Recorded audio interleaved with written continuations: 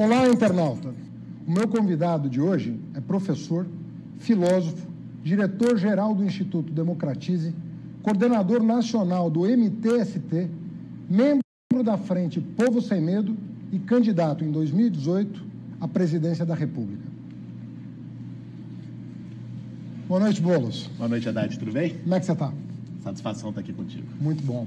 Deixa eu começar com um dado biográfico para eu entender como é que você se situa, né? Você é formado pela Universidade de São Paulo, se eu não estou enganado, Sim. em filosofia, e você é coordenador de um movimento importante, de um movimento social importante ligado à área de moradia. Como é que se estabeleceu essa conexão? Como é que você migrou, ou não, porque você permanece professor, mas como é que você abriu os olhos para a realidade social brasileira e se interessou a ponto de liderar um movimento dessa expressão? Olha, Haddad, primeiro, desde muito jovem, né, eu comecei a me interessar pela luta social. Né?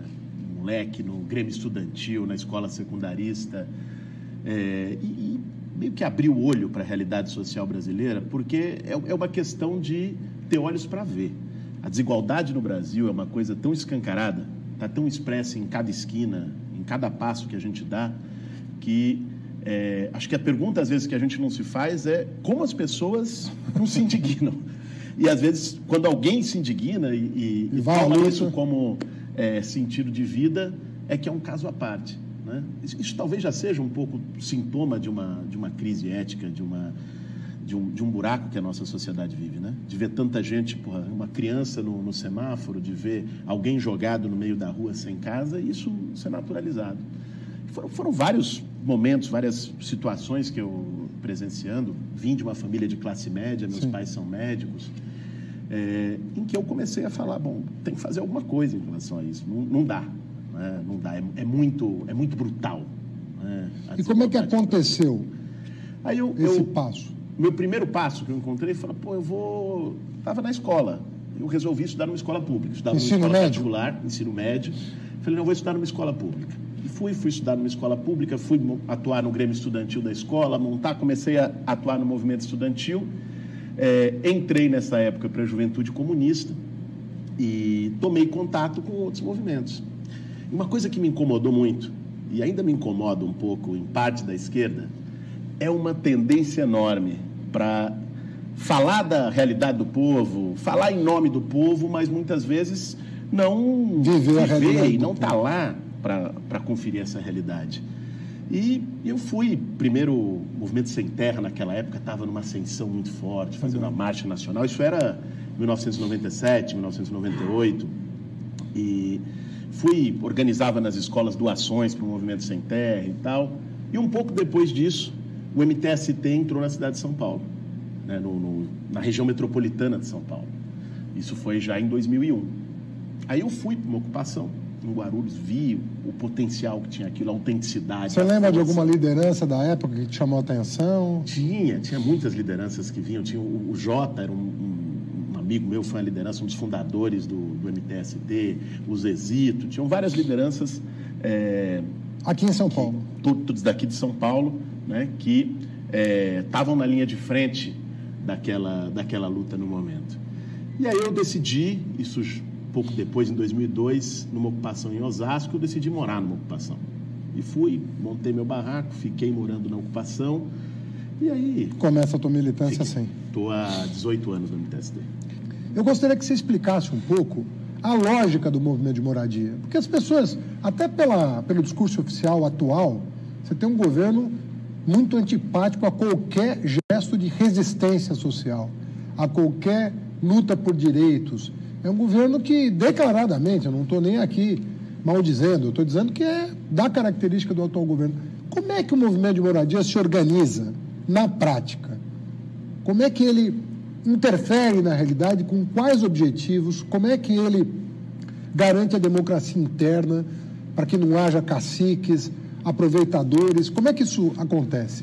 Esse é um ponto importante, Haddad, porque se você olhar hoje nas redes, e as redes se tornaram grandes propulsoras de um novo tipo de comunicação, mas, por outro lado, também grandes propulsoras de fake news, de mentiras.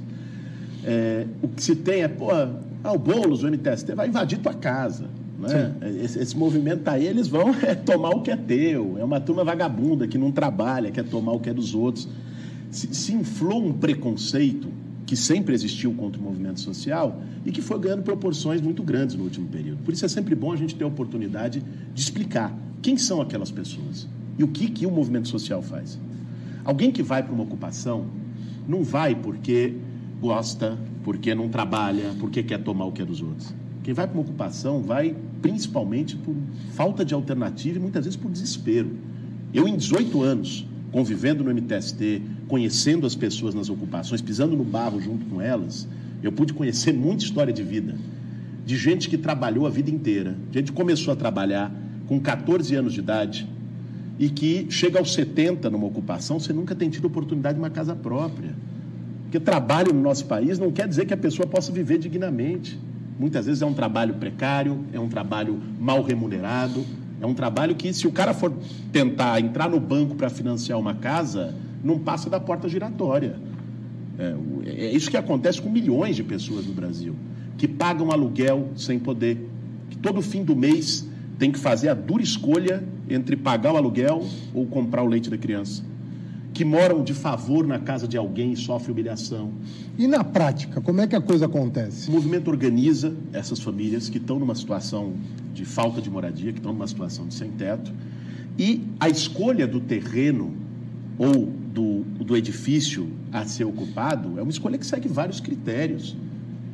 O movimento não vai ocupar a casa de ninguém, isso é um absurdo, isso é uma mentira. O movimento ocupa grandes terrenos abandonados, em situação ilegal, porque não cumprem a função social estabelecida pela Constituição e pelo Estatuto da Cidade, né? Terrenos que muitas vezes devem milhões ao poder público, que não pagam sequer o seu IPTU, que estão ali para especulação imobiliária, né? Não cumprem plano diretor, não cumprem nenhum regramento urbano, e a área ocupada, né, nesse sentido, é para pressionar o poder público para destiná-la, conforme o Estatuto da Cidade, a legislação existente, destiná-la para moradia popular. Ou seja, no fundo é um movimento para que se cumpra a lei. Exatamente. É o contrário. O movimento é esse, porque a lei no Brasil, Haddad, você sabe bem disso, tem lei que pega e que não pega. É verdade. Lei que enfrenta grande interesse econômico costuma não pegar. Pega o Estatuto da Cidade. Eu me lembro que a gente fez essa discussão na sua gestão, na aprovação do plano diretor. O Estatuto da Cidade está lá muito claro. Uma terra tem que cumprir a função social. Não cumpre, prefeitura notifica. Depois que notifica, passa a incorrer IPTU progressivo, né, por até 5 anos.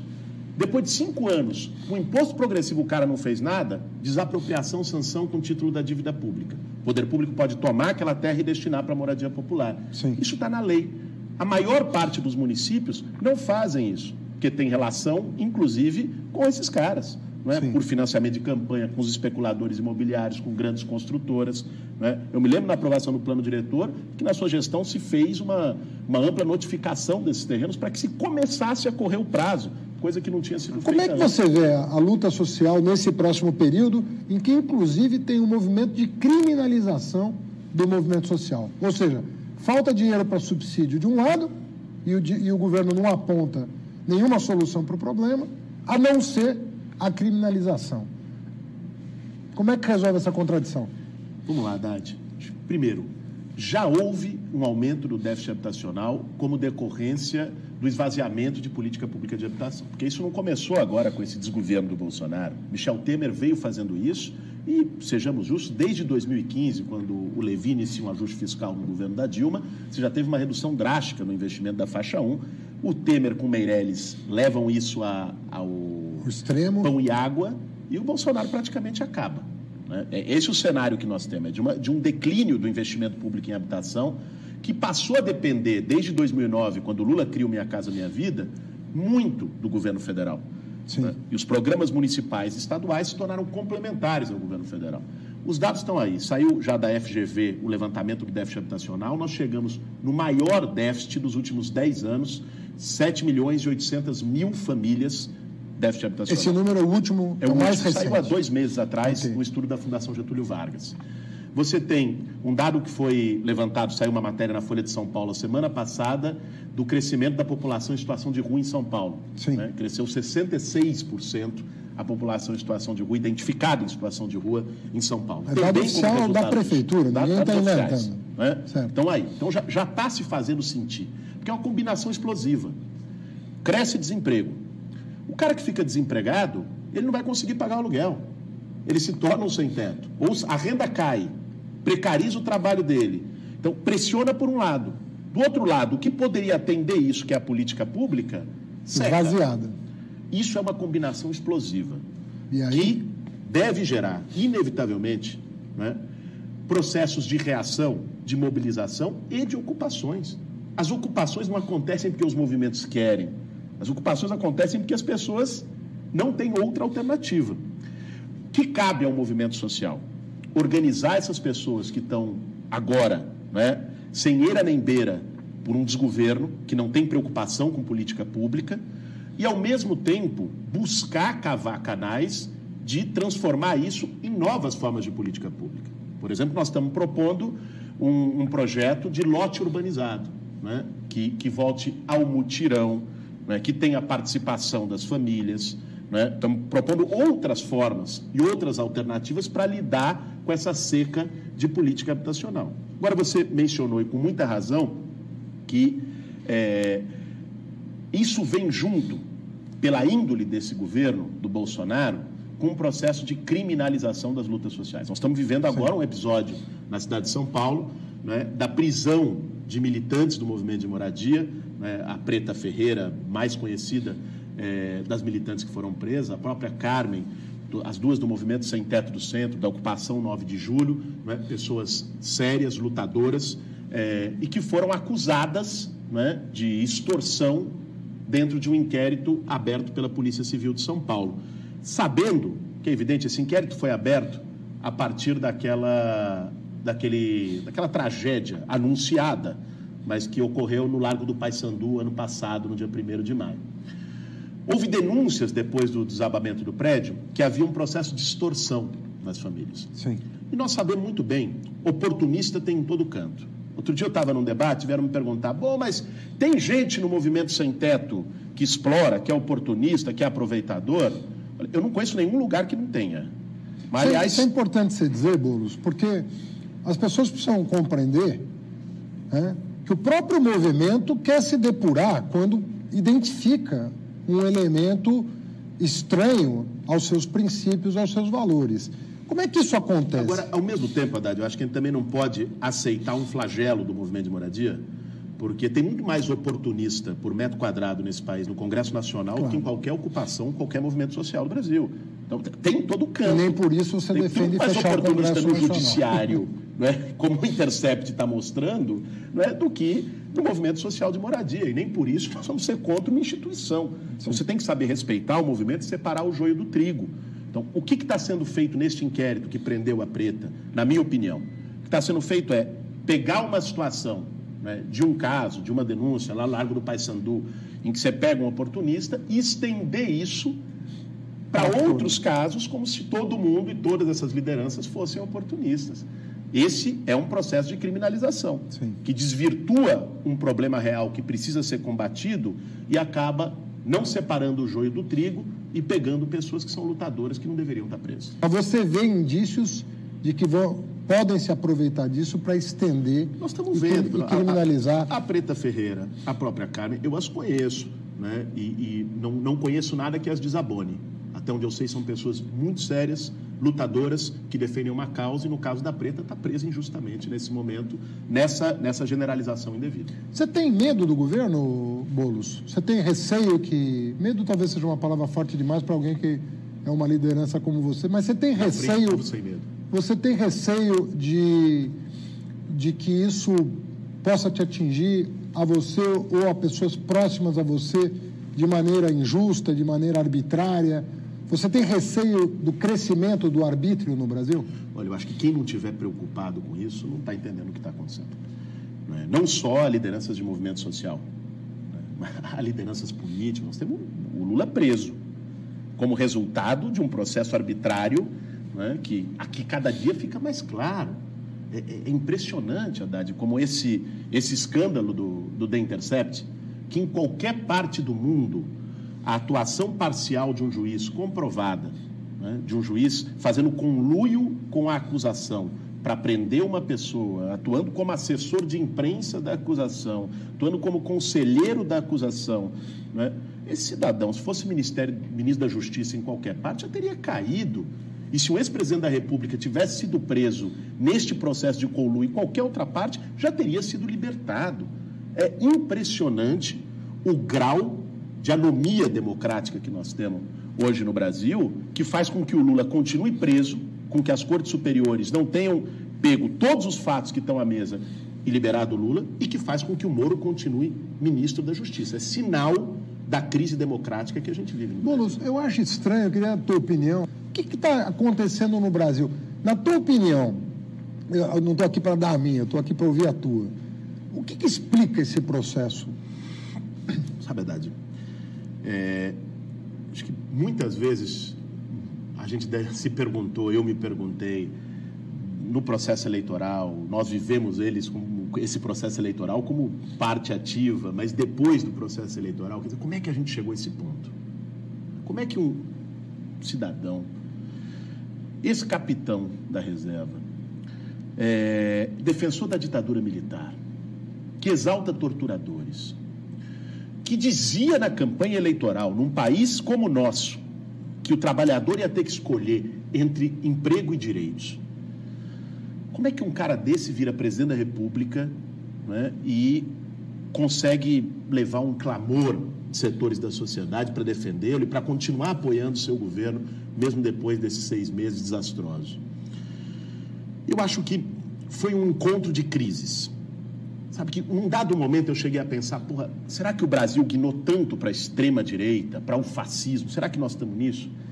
Teve um fato que me ajudou a entender um pouco a situação. Alguns dias antes do primeiro turno da eleição, eu estava chegando em casa, depois daquele debate que nós fomos no Rio, na TV Globo. Faltava um dia para a eleição. Eu tinha feito campanha, estava chegando em casa, parei o carro num semáforo, à noite, na estrada do Campo Limpo. E aí tinha um jovem no carro do lado, me reconheceu, bateu no vidro, pediu para eu baixar. Eu baixei o vidro, ele falou, você é o Boulos? Eu falei, sou o Boulos. Pô, eu gosto do que você falou, você botou o dedo na ferida, você foi bem no debate, gostei do que você falou. Se eu não fosse votar no Bolsonaro, eu votava em você. Aí eu pensei, porra, na hora eu fiquei puto, o que é isso? Eu pensei, falei, porra, o que tinha ali? Esse moleque, esse jovem, não era fascista, não era de extrema-direita, era um jovem da periferia de São Paulo, pobre. Né? O que passou na cabeça dele e de outras milhões de pessoas para sustentar e levar essa onda?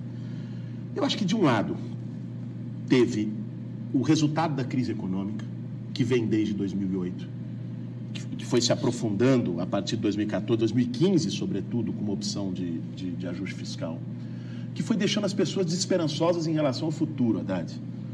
Eu encontrei uma senhora lá em Recife, na campanha, também numa palafita, que me disse, antes eu tinha certeza que meu filho ia viver melhor que eu. Hoje eu não sei o que vai acontecer a semana que vem. As pessoas começaram a perceber que o castelo caiu. Né? Assim, e eu acho que um recado que a crise de 2008 deu para o mundo todo, que essa onda de extrema-direita não foi só aqui, foi um recado, olha, agora, nessa nova fase do capitalismo, não tem lugar para todos. Foi um desencanto em relação a perspectivas que tinham sido geradas. Mas junta essa crise econômica com uma crise política de representação, com as pessoas não se sentindo representadas pelo sistema político, que também é um fenômeno internacional, em certa medida. Você pega o 15M na Espanha, os processos na Turquia, você pega o que foi com todas as complexidades, Itália, né? E contradições também em junho de 2013 aqui. Tinha ali também um caldo de adiante política, de insatisfação com tudo e com todos, né? Itália, e esses processos que olha, não nos representam, né? Que tem um fundo de verdade, que tem uma crise real nas democracias liberais de representação, de apropriação das corporações, do Estado pelas grandes corporações. Evidentemente, tem uma crise. Nós vivemos hoje no Brasil, e o Bolsonaro é subproduto disso, uma crise do presidencialismo de coalizão, do sistema da nova república. Isso é visível. A Lava Jato potencializou isso aqui ao extremo, né? A Lava Jato gerou e potencializou o sentimento de antipolítica, de rejeição à política, que o Bolsonaro se apresentou, criou condições para que aparecesse um cara como o salvador da pátria, né? Um cara que botasse ordem na casa. Aí você junta essa crise econômica, crise política, com o surto de violência urbana no país, que queria uma mão dura, alguém que dissesse que vai dar arma, que vai prender, matar bandido. Tudo isso foi criando um caldo para um cidadão como esse virar presidente da República.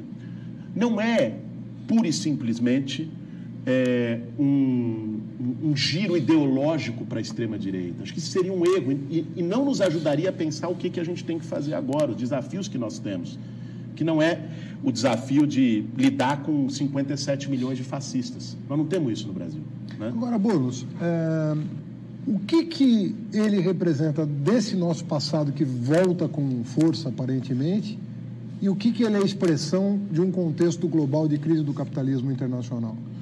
Eu acho que o Bolsonaro é resultado de múltiplos fatores, né? de um encontro infeliz de circunstâncias, aquilo que o Maquiavel chamava da fortuna na história, né?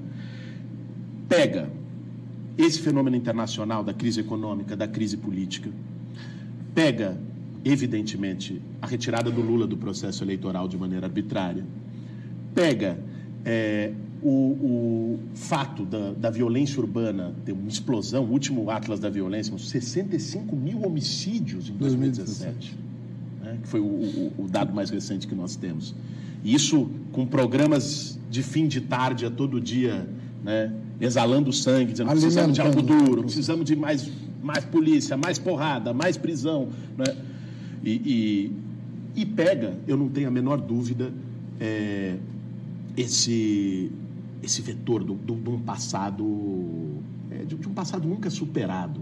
O quanto a esquerda está ou não preparada para reassumir um protagonismo político? Eu acho que tem dois aspectos desse debate que eu queria tocar. Um deles é que eu acho que a esquerda latino-americana, sobretudo, teve uma oportunidade no pré-crise, na primeira década do século XXI, de fazer transformações mais estruturais, né, no sistema, que talvez, vindo a crise, né, essa esquerda poderia reagir, né, com mais condições, com mais respaldo do que ficou.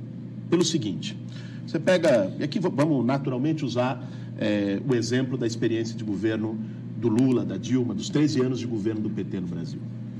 Foi um período de redução da pobreza, foi um período de políticas sociais extremamente importantes, você participou disso como parte do governo, nas políticas de educação, mas no conjunto das áreas, você teve avanços importantes para o nosso povo, sobretudo para o povo mais pobre, e isso está na memória popular. Agora, isso foi feito sem enfrentar uma opção política ou numa avaliação política de que não dava, né, mas sem enfrentar determinadas estruturas arcaicas que permaneceram no nosso país. Por exemplo, a do sistema político, né, não se pautou uma reforma política. Por exemplo, do sistema da mídia, né, que permanece profundamente oligopolizada, concentrada, a grande mídia no Brasil. Uma cena do Democracia em Vertigem que me ficou na memória, assim, você deve ter assistido o filme já, que a Petra Costa, ela lembra que pouco antes das manifestações de junho de 2013, a Dilma vai à TV e faz um discurso duro contra os bancos. Duro contra os bancos. Você acha que ali era tarde? O que a Dilma fez a partir de 2012, que mostra no documentário, eu acho que o enfrentamento ao interesse dos bancos, que é reduzir o spread bancário, foi o que ela fez, e usar os bancos públicos para reduzir as taxas de juros, é algo extremamente acertado, é algo necessário. Qual é a parte ali que eu acho que foi um erro e ajudou a criar um problema fiscal? As desonerações. Né? Aqueles bilhões de reais em desonerações para as grandes empresas, sem nenhuma contrapartida de emprego, que muitas delas mandaram para sua matriz lá nos Estados Unidos, né, para fazer caixa no período de crise. Né? Eu acho que isso foi um problema. Né? Agora, a política de fazer aquele enfrentamento, eu acho que ela era necessária e deveria ter sido levada mais fortemente até as últimas consequências. Agora, a burguesia brasileira, ela é de algum modo, e aí retoma um ponto que você tocou quando a gente falava da eleição do Bolsonaro, ela carrega tanto um viés ainda da Casa Grande. É a turma do quarto de empregada, é a turma do elevador de serviço. Gessé Souza tem feito uma leitura muito precisa sobre isso. É uma turma que pensa e carrega um ranço histórico em relação à mínima ascensão dos mais pobres, né, que, mesmo um processo em que ela ganhou, e o Lula fazia questão dizendo, no meu governo, os bancos ganharam, os empresários ganharam, os mineiros ganharam. Né? Mesmo num processo em que ela ganhou, ela trabalhou, no momento em que esse processo, no segundo mandato da Dilma, teve uma fragilidade com a perda da popularidade, né, ela trabalhou para destroçá-lo. Como é que você está vendo o acordo Mercosul-União Europeia nesse sentido? Eu acho que é muito preocupante para a soberania nacional. Esse acordo, na prática, troca cotas agrícolas para o Brasil na Europa, né, por abertura total em indústria, em setor de tecnologia de ponta. Como é que a nossa indústria vai competir? Serviços. Como é que nós vamos competir com a indústria alemã em tecnologia de ponta, em nível de investimento? Isso vai matar a indústria automobilística no Brasil. Hoje saiu uma matéria da indústria automobilística europeia soltando rojões. Se alguém ganha, outro perde. Né? Isso vai pegar setores de maior tecnologia, de maior valor agregado no Brasil, né? E como era o projeto da ALCA em relação aos Estados Unidos, jogar para o vinagre, fortalecer o agronegócio, a mineração e o setor primário, e com isso ir para uma tendência que é a tendência de continuidade da reprimarização da economia brasileira. É transformar o Brasil na fazenda da Europa. Né? Isso é... Olha, esses termos estavam sendo negociados há 20 anos. Por que agora destravou? Logo no momento em que o Brasil está com a pior imagem internacional na Europa por causa dos absurdos do Bolsonaro. Travou porque o Bolsonaro e o Macri, que são fiéis, o Brasil e a Argentina são fiéis da balança no Mercosul, aceitaram todas as condições europeias, né? Com muito menos contrapartida do que se poderia ter. Como é que você vê o que está acontecendo na educação? Você que é professor e acompanhou, inclusive comigo, nós andamos circulando pelo país, nas universidades, escolas de ensino médio, existe uma efervescência no setor educacional. No caso da educação, eu acredito que tem duas dimensões para a gente tratar. Uma é a questão dos cortes, que é séria, né? É séria. Você tem universidade que, se os cortes não forem revertidos totalmente, em setembro não vai ter dinheiro para conta de luz, para papel higiênico, né? Para funcionar minimamente. Não só as universidades, que eles construíram uma versão mentirosa de que eles estavam tirando do ensino superior para dar para o ensino básico.